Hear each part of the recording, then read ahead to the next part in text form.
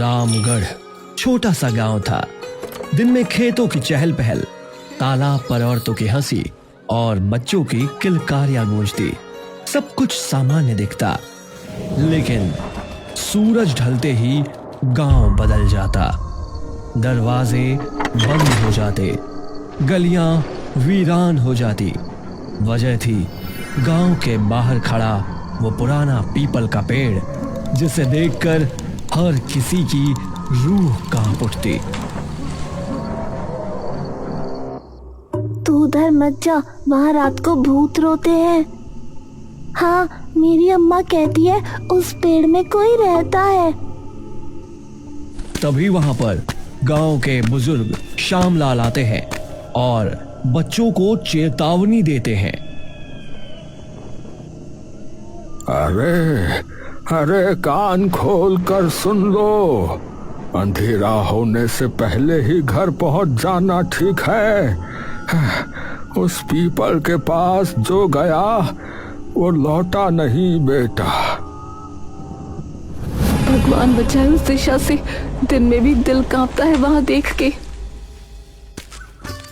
गांव में 2 लड़कियां रहती थी, अनामिका और स्वरा। दरअसल वे शहर पढ़ाई के लिए चली गई थी और बरसों बाद इस गांव लौटी थी। दोनों जवान, निडर और जिज्ञासु स्वभाव की थी। गांव लौटते ही उन्होंने देखा, शाम होते ही हर कोई घरों को भाग रहा है। बच्चे खेल छोड़कर गलियों से भाग रहे हैं और ठीक उसी वक्त बुजुर्ग श्यामलाल चौपाल पर बैठे उन्हें डरावनी कहानी सुना रहे थे। अनामिका और स्वरा भी वहीं जा पहुंची। हाँ, अब चलो यहाँ से भागो और कोई भी घर से बाहर नहीं निकलेगा, समझे? हाँ, भूत हो या श्राप, कुछ तो है वहाँ। हम बुजुर्गों ने बहुत हाथ से देखे हैं। हाँ, मगर आज जब सबको डरता देखते हैं तो सच मानो हमें भी जानने की इच्छा हो रही है।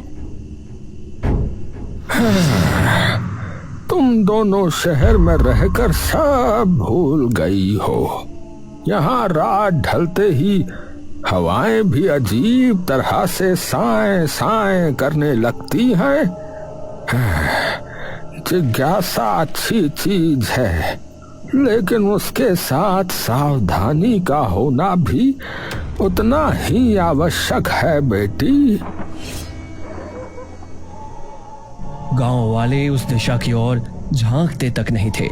लोग मानते थे कि उस वृक्ष के नीचे कोई कैद है, लेकिन असलियत कोई नहीं जानता था।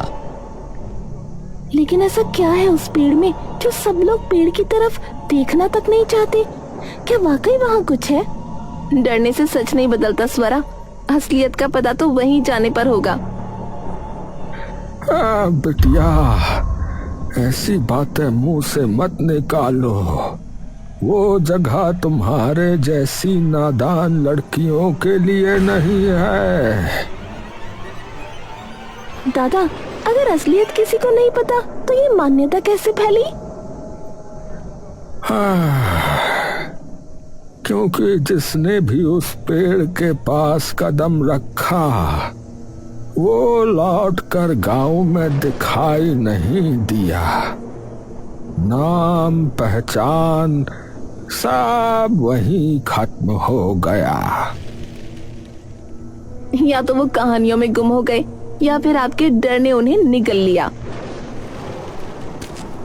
इतना कहकर दोनों अपने घर चली गई, लेकिन वो बात उन्हें बहुत ही अजीब लग रही थी।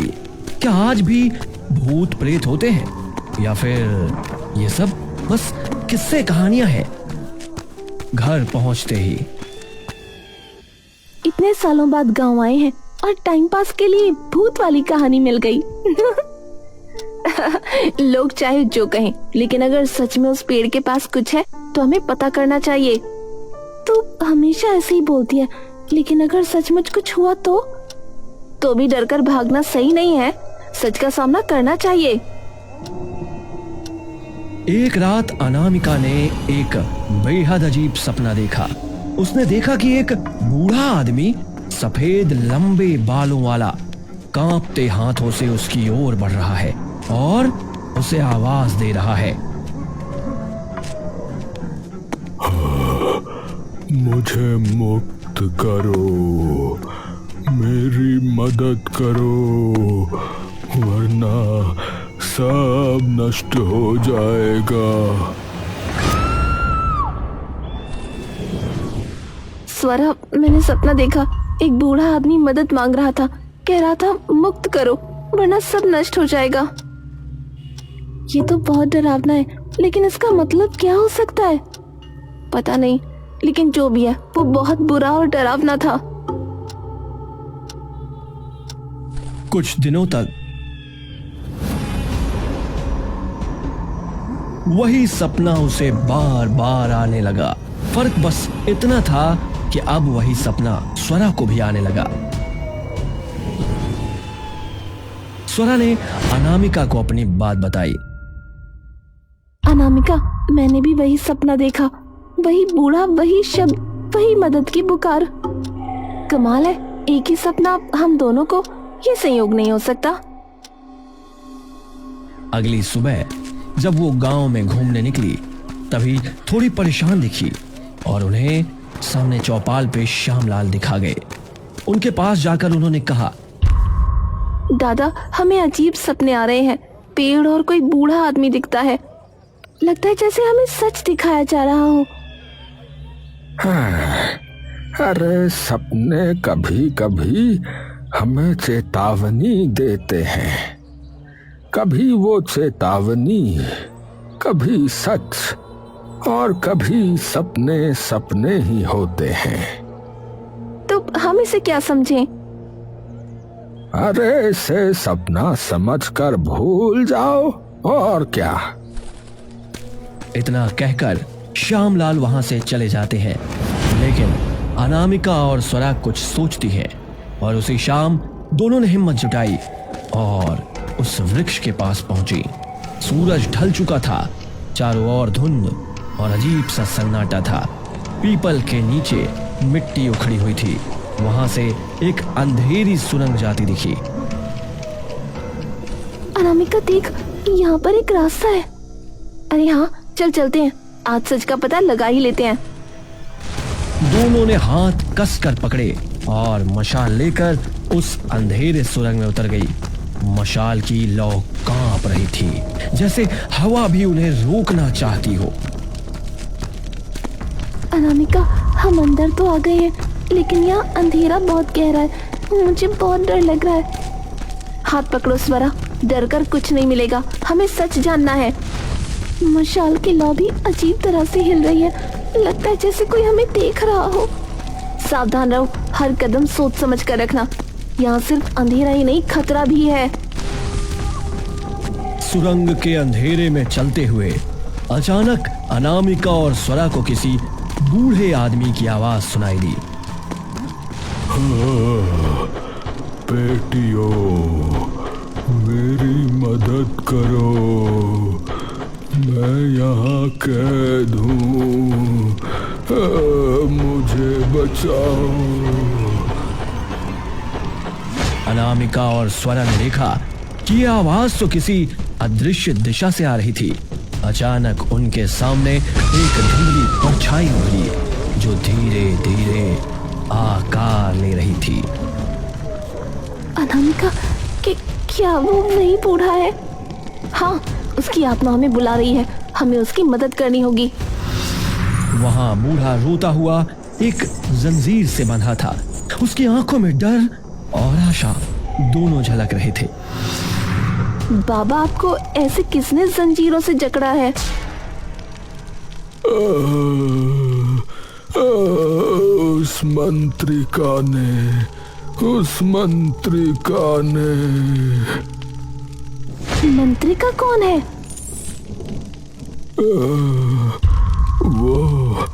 वो एक तांत्रिक है। लेकिन आपको ऐसे जंजीरों में क्यों जकड़ के रखा है? वो मुझसे बड़ी तांत्रिक बनना चाहती है। और इस गांव को हानि पहुंचाना चाहती है। लेकिन वो ऐसा क्यों करना चाहती है? वो मैं बाद में बताऊंगा। पहले जल्दी मुझे यहाँ से मुक्त करो। समय कम है, वरना वो आ जाएगी। हाँ, हम अभी आपको मुक्त करते हैं। बाबा आप डरिए नहीं, हम आपको उस मंत्रिका के हाथों से बचा लेंगे। दोनों लड़कियां बाबा की जंजीरें तोड़ने ही वाली थी कि अचानक चारों ओर से एक अजीब सी गूंज उठी। सुरंग कांपने लगी, मशाल की लौ बुझने को ही और कानों में तेज मंत्रोच्चारण गूंजने लगा। ओम दैत्य विनाशाय नमः। ओम दैत्य विनाशाय नमः। तभी सुरंग के बीचों बीच उन्हें एक औरत दिखाई दी, काले वस्त्रों में, लाल आंखों वाली, हाथ में चमकती हुई मणि। वह लगातार मंत्र जप रही थी। ये कौन है? शायद यही मंत्रिका है, बूढ़ा बाबा सही कह रहा था। वो दोनों जल्दी जल्दी बूढ़े बाबा को आजाद करने में लगे थे कि तभी मंत्रिका उन्हें देख लेती है। कौन हो तुम? यहाँ क्यों आई हो? तो क्यों उस बूढ़े को बांध कर रखे हुए है? उसे मुक्त कर। बूढ़ा? तो उसने तुम्हें बहकाया? मूर्ख लड़कियों, वो निर्दोष नहीं, वो दैत्य है। लेकिन लड़कियों ने उसकी बातों पर भरोसा नहीं किया। तुझे धोखे की आदत होगी, पर हम इतनी आसानी से हार नहीं मानेंगे। वो दैत्य नहीं है, तू झूठ बोल रही है। उसे मुक्त करने से तू हमें नहीं रोक सकती, लेकिन हम तुझे रोक सकते हैं। तुम दोनों गलत कर रही हो। मुझे बचा लो बेटा, ये मुझे मार डालेगी। आप घबराइए नहीं बाबा, हम आपको कुछ नहीं होने देंगे। ओम दैत्य विनाशाय नमः। ओम दैत्य विनाशाय नमः। ओम दैत्य। तभी अनामिका और स्वरा मंत्रिका पर कूद पड़ती है और उनमें बहस होती है। अचानक झगड़े के दौरान अनामिका की मशाल झटकी और मंत्रिका की मणि जमीन पर गिरकर चकनाचूर हो गई। एक भयानक चीख गूंजी, सुरंग की दीवारें कांपने लगी। अचानक वही बूढ़ा प्रकट हुआ, लेकिन अब उसकी आंखें लाल थी, दांत नुकीले और शरीर दैत्याकार।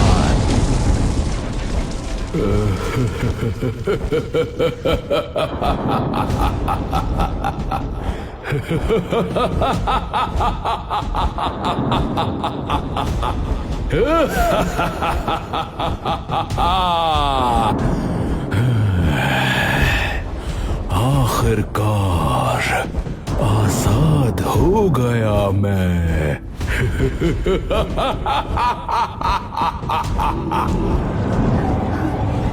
लड़कियां डर के मारे पीछे हट गईं। मूर्ख लड़कियों, माता चंडी ने उसे कैद किया था ताकि गांव बचा रहे। तुमने उसे मुक्त करके सबको संकट में डाल दिया। माता चंडी?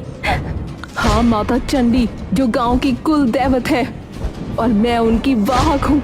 इस दैत्य से गांव को बचाने के लिए माता ने मुझे चुना था। माफ कीजिए, हमें लगा आप बुरी तांत्रिक हो। हमसे बहुत बड़ी भूल हो गई।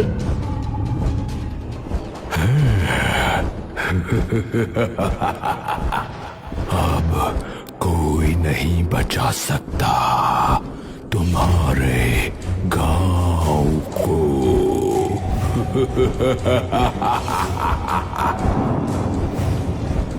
दैत्य ने पंजे फैलाए और अनामिका और स्वरा पर झपटा। तभी मंत्रिका उनके सामने आ खड़ी हुई। नहीं दैत्य, पहले तुझे मुझसे लड़ना होगा। तू मुझे रोकने की हिम्मत करती है। अब कोई नहीं बचेगा। तू हमें बचा रही है? हाँ बेटियों, मेरी नियत यही थी। तुम्हें सुरक्षित बाहर निकालना ही मेरा काम है। हम डरने वाले नहीं हैं, तुम्हारे सामने खड़ी हैं। तू मामूली सी लड़की मुझे खत्म करेगी?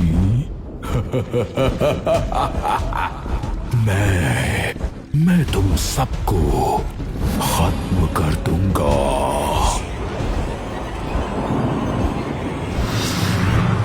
भीषण टकराव हुआ। मंत्रों की गूंज से सुरंग हिलने लगी। मंत्रिका ने पूरी शक्ति लगाई और दैत्य को अनामिका और स्वरा से दूर धकेल दिया, लेकिन धीरे मंत्रिका की शक्ति दैत्य के सामने कम होने लगी। भागो अभी, वरना तुम भी नष्ट हो जाओगी। ये दैत्य पूर्णिमा तक इस गुफा के बाहर नहीं निकल सकता। तभी अनामिका और स्वरा ने देखा दैत्य उस मंत्रिका पर हावी हो रहा था। अनामिका और स्वरा को बहुत बुरा लगा, लेकिन वो चाह कर भी कुछ नहीं कर पा रही थी। तब एक छोटा सा पंछी वहां पर आया और मंडराने लगा। कुछ ही समय बाद एक रोशनी प्रकट हुई। वो रोशनी इतनी तेज थी कि दैत्य के साथ उन सब की आंखें बंद हो गई थी। उसी का फायदा लेके मंत्रिका अनामिका और स्वरा को लेके गुफा से बाहर आ गई। मौका देखते ही दोनों गुफा से बाहर आई और एक भयानक चीख उस गुफा से निकली। माँ चंडी ने हमें बचा लिया। हमें माफ कर दीजिए, हमें नहीं पता था आप माँ चंडी की वाहक हैं। हाँ, हमसे बहुत बड़ी भूल हो गई। सच में हम नहीं पहचान पाए आपको। लेकिन अब दैत्य आजाद हो चुका है, अब हम क्या करेंगे? वो अगली पूर्णिमा तक कुछ नहीं कर पाएगा। अब माता चंडी ही हमें मार्ग दिखाएंगी। सबने चंडी के लिए हाथ जोड़ के प्रार्थना की। वो दोनों, उन्हें सिर्फ एक ही चिंता थी, आने वाली पूर्णिमा के बाद वो दैत्य सब कुछ खत्म कर देगा। लेकिन उसके पहले दैत्य का खात्मा करना होगा। लेकिन कैसे? अनामिका, हमें पूर्णिमा से पहले कुछ करना होगा। अब हमें माता चंडी ही बचा सकती हैं। उस रात अनामिका और स्वरा सो रही थी। जैसे ही नींद गहरी हुई, उनके सपनों में अचानक एक तेज रोशनी आई। वो रोशनी धुंधली रूप में बदलकर माता चंडी बन गई, जो उनके सामने खड़ी थी। बेटियों, डरो नहीं, मैं तुम्हारी मदद के लिए आई हूँ। माता चंडी, आप सच में आप हैं? हाँ, मैंने तुम्हें इसलिए सपने में बुलाया क्योंकि असल में समय बहुत कम है। मैं तुम्हें बताऊंगी कि कैसे दैत्य को हराया जाए। माता चंडी ने दोनों के सामने दैत्य को मारने की योजना स्पष्ट की। उन्होंने दिखाया कि किस तरह पूर्णिमा की रात वृक्ष के नीचे गुफा में अग्निकुंड और मंत्रों की सहायता से दैत्य का दैत्य स्वरूप समाप्त किया जा सकता है। उसने कहा कि उनके रक्त की एक बूंद और अग्नि का संगम वृक्ष के जड़ों में डालना अनुष्ठान का अंतिम हिस्सा होगा, जिससे दैत्य को कैद किया जा सकता है।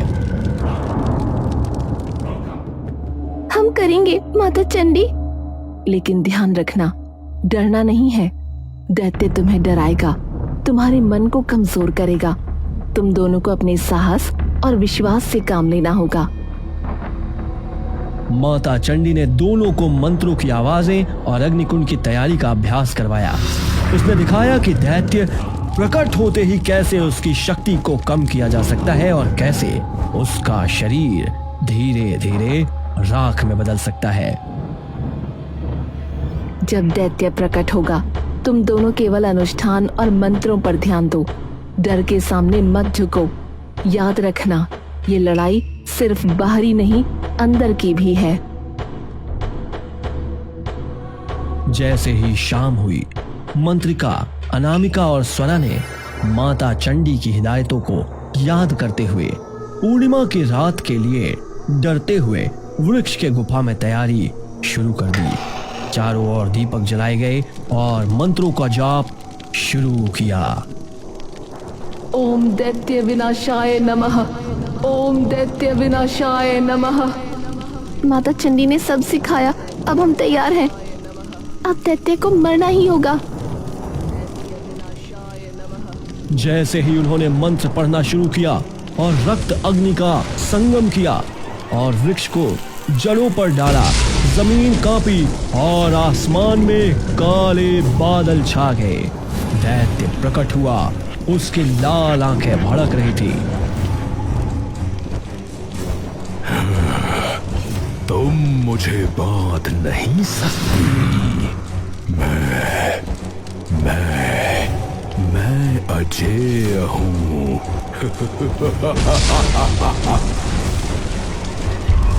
हम हार नहीं मानेंगे। अग्नि की लपटें ऊंची हो गई, मंत्रों की आवाज दैत्य के चारों ओर गूंजने लगी। दैत्य की लाल आंखें धीरे धीरे बुझने लगी, उसका शरीर राख में बदलने लगा। उन राख में से एक साया दिखने लगा।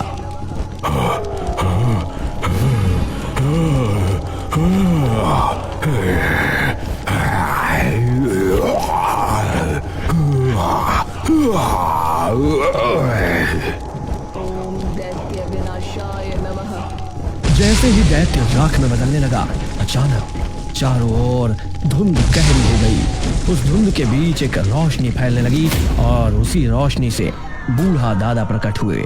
उनका रूप अब शांत था और आंखों में गहरी पीड़ा थी। देखो दादा। बेटियों, तुमने मेरी आत्मा को मुक्त किया। अब हमें सुकून मिलेगा। लेकिन दादाजी, आप कैसे यहाँ और दैत्य के रूप में कैसे कैद हुए? तभी पूरा दृश्य बदल गया, मानो समय पीछे लौट गया हो। बरसों पहले यही गांव, लोग समृद्ध थे। गांव का रक्षक था वही बूढ़ा दादा, जो उस समय एक शक्तिशाली तांत्रिक और जादूगर था। शुरू में तो वह गांव की रक्षा करता था, लेकिन धीरे धीरे उसका हृदय घमंड और शक्ति की भूख से भर गया था। अब मैं ही इस गांव का स्वामी हूँ। मेरी शक्ति के बिना कोई श्वास भी नहीं ले सकता। लोग डर के साए में जीने लगे। दादा बलिदान मांगने लगा, गांव वालों को अपने वश में करने लगा। उसकी आंखों में लालच और चेहरे पर अहंकार था। हे माता, हे देवी, हमें बचाइए, ये हमें नष्ट कर देगा। हमें बचाइए माता। तभी गांव की कुल देवी चंडी प्रकट हुई। सफेद आभा, लाल तिलक और तेज से चमकता हुआ रूप। रुक जा, तू अपनी शक्ति का दुरुपयोग कर रहा है। ये गांव मेरा है, मैं इसकी रक्षक हूँ। मुझे कोई नहीं रोक सकता, न तू और न तेरा ये श्राप। मैं अमर हो जाऊंगा।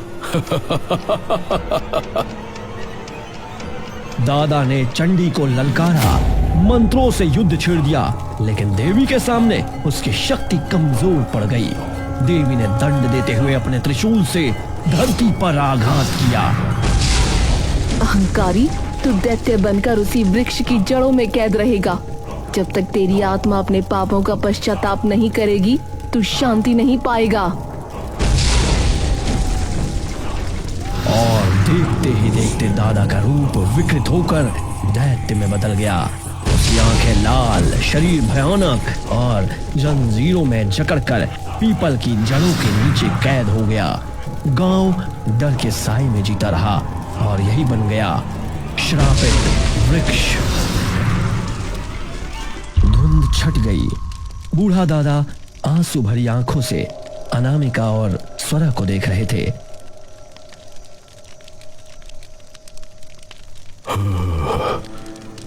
बेटियों, यही मेरा सच है। मेरे बापों ने मुझे बांध दिया और तुम्हारे साहस ने ही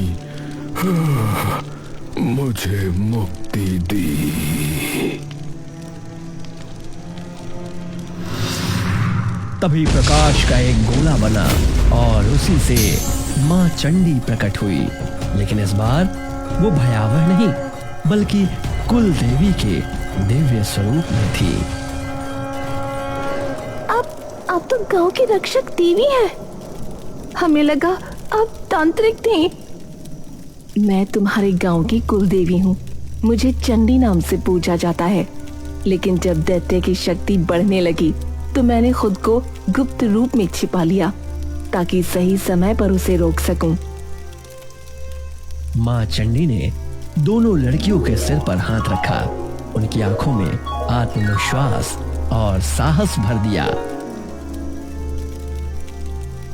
बेटियों, तुम्हारे साहस से ही आज ये श्राप टूटा है। डर ने जिस सच को छुपाया था, तुम्हारे विश्वास ने उसे उजागर किया। माँ, हमने गलती से दैत्य को मुक्त किया, लेकिन आपने हमें रास्ता दिखाया। यही नियति थी। जब तक इंसान अपनी गलती नहीं देखता, वो सुधार नहीं पाता। तुम दोनों इस गांव की सच्ची रक्षक हो। इतना कहकर देवी का स्वरूप आकाश में विलीन हो गया, लेकिन उनके आशीर्वाद की रोशनी पूरे गांव पर फैल गई। गांव के लोग अगले दिन देख रहे थे कि श्रापित वृक्ष तो अब सामान्य लग रहा था। उसके नीचे कोई आहट, कोई चीख नहीं थी। पहली बार गांव में सुकून और आजादी की हवा बही। इस तरह अनामिका और स्वरा के साहस, चंडी के मार्गदर्शन और दादा की आत्मा की मुक्ति से रामगढ़ गांव उस श्राप से हमेशा के लिए आजाद हो गया।